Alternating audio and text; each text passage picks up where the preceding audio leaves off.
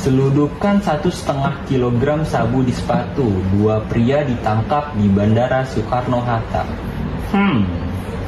Ngeri juga. Ada lagi nggak ya yang lebih ngeri dari ini? Oh ada nih, kebetulan gue juga lagi baca berita. Jadi baru-baru ini ada kasus penyelundupan narkoba yang ditaruh di dalam Al-Qamin. Pada 14 Januari 2025, Badan Narkotika Nasional menangkap 2 warga negara Thailand, BP dan CN, di Terminal 2F Bandara Soekarno-Hatta. Mereka kedapatan menyelundupkan sabu seberat total 969,19 gram.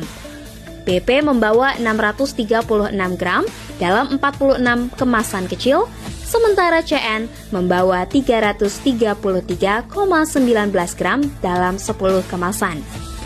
Barang haram ini diselundupkan dengan cara ekstrim, ditelan dan disembunyikan di organ tubuh seperti dubur dan alat kelamin wanita. Narkoba tersebut rencananya akan diterima oleh seorang warga Indonesia berinisial R di Tangerang Selatan. Pelaku R diketahui bekerja atas perintah warga binaan Lapas Cipinang berinisial J, yang diduga sebagai dalang dalam utama kasus ini. Ngeri juga ya.